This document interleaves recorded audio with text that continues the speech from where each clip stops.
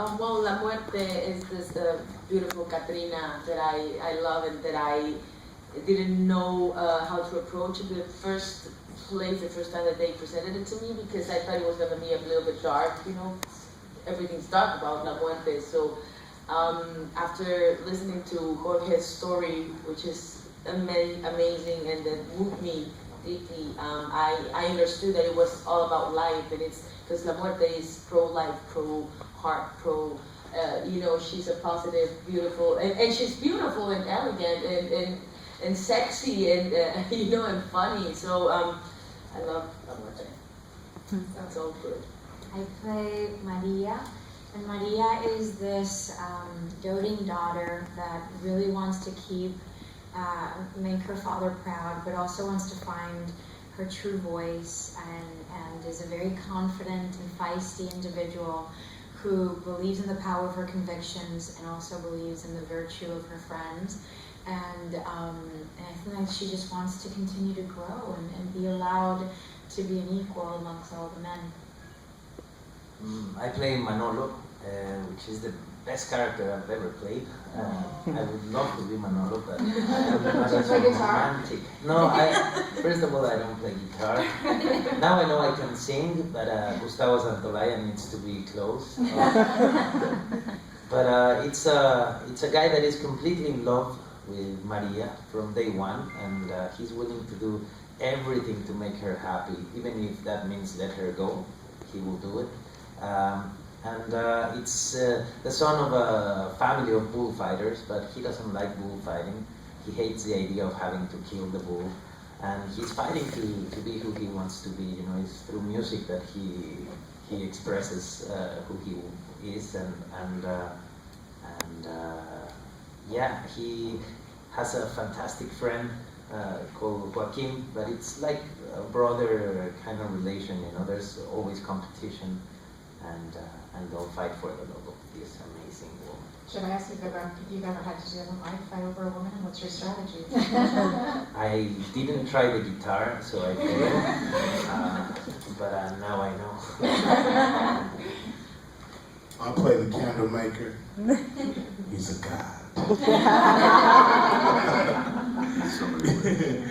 He's over the Cave of Souls, and he's there, you know, making sure that all the souls that are remembered stay lit and, you know, keep burning, the flame keeps roaring. And, you know, he's so happy to see Manolo because he hasn't seen anybody for eons. So he's impressed and he's there to help them get through their journey. And extremely proud to be part of this. And I play Xibalba, who is a demon. He's married for a few thousand years now to La Muerte. It's probably his best claim to fame because she is the best side of him. He presides alternately over different regions of the netherworld. We find him, as the story starts, presiding over the land of the forgotten. He would much prefer to preside over the land of the remembered. But La Muerte has the lock on that. So it's a wager that they make between the two of them that sets the story off, and whoever wins the wager gets to decide where their next reign is going to take place. I don't have to wear pants. Actually, I think I did a couple of movies with Guillermo where I didn't wear pants before. Oh no, that was different. That was in my early career where that was. I wasn't born yet then. Yeah, you know, I was trying to go for that Biz Marquis song, but they kicked me off of it. So I'm a singing part too. Always. Like every movie I do, I gotta make sure I got all my rap lines because they want one of them. You know? I've said everything in a movie that I've said on record, it seemed like. So I don't know, it's something that directors get a kick out of, and I have no problem with it. You know what I mean? If they want a little Ice Cube flavor, that's what I'm here for. He's not the guy, he's a guy. So I just wanted him to be fun, somebody who you wanted to roll with, who you wanted to guide you through the rest of the story. And, you know, I just really wanted him to be interesting, dynamic, all over the place kind of character. So, you know, I had a ball doing him, and you know, like I said, I'm available for part 2. Part 2 off, I'm ready. I keep saying that I wouldn't mind to go platinum in Japan. I really mean it. No, but I sang when I shot Nina, and I worked vigorously with an amazing voice coach. So, you know, by the time I started doing the sessions for Guardians and we got to sing, it just had been a year and a half, like a year. So I just sort of still remembered all those things. It's amazing what you discover that you're able to do once you really put your body and your soul into a skill and you try nothing but to master it. You discover a lot about yourself, that you can actually do something if you put your mind to it. So I realized that I'm not as bad, and you know, I'm not as tone deaf as I thought I was, and that some people would appreciate my shower singing. It was fun. Well, yeah, I felt very anxious for like 2 months. You know, you always go like as an actor, and we all tend to do this. Like, yeah, of course I can do it. You know, with a little bit of training, I'll get there. But then Gustavo showed me the actual songs, and they sounded very difficult. But not just that, the guy that was singing was just in front of me saying, "Yo, can you do this?" You know? And the guy's been doing it for years. You know, he's the producer of albums that I love. And so it was very scary. It was very scary. But I thought about having to tell my kids that voice wasn't my voice, you know, and that kept me going. You know, it was like the day my 6-year-old would go like, "Please sing in the party," you know, like, "Dad, come to the school and sing for me." I'm like, "No, it's not me. You know, it's another guy." You have to hide a guy behind the table. You know? I was gonna get caught. You know, so I might as well just do it. Yeah, and also there's these songs I love, you know, but the ones he wrote, oof, those are difficult. The Toro one, I still have nightmares, you know. And then we would record, and he would keep all my takes, and then ask me to leave the room, you know, and that was like a wait for 5 hours, you know. They're like saying, "Oh, please, please, please." And then he would come out, you know, like when they find the Pope, you know, like the Pope will come and, "Okay, habemos song, you can go." I would go home and say, "Yeah, 5, okay, 1 more to go." That was a process. It was painful. You did a very good job. I have to say that Guillermo was an amazing godfather, you know, for this project, and he believed and he fought for Jorge to have his vision. But I think that this is a story that basically grew from Jorge and his wife, and Guillermo just needed to support this artist. So when every frame that I see of this movie, I see Jorge, and I see his big heart, and I see the pride that he has in his culture, in his upbringing, in how beautiful he saw his life growing up and how colorful it was. And I feel like Guillermo was able to sympathize with that, identify with it greatly, therefore felt the need to fight for Jorge to get his vision to come to life. He said to me that Guillermo, when we met the first time with Jorge, first he called me and said, "You have to come to this meeting and you can't say no."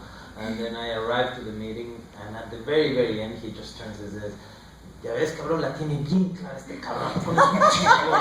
And it was like, I believe that's what a producer is. It's the first, and he represents the audience somehow, you know. It's the first audience a director has, you know. It's the first time someone gets to expose his point of view, and that reaction, in fact, it makes a film be what it is, you know. I think if you're thinking of an audience, then get that kind of producer.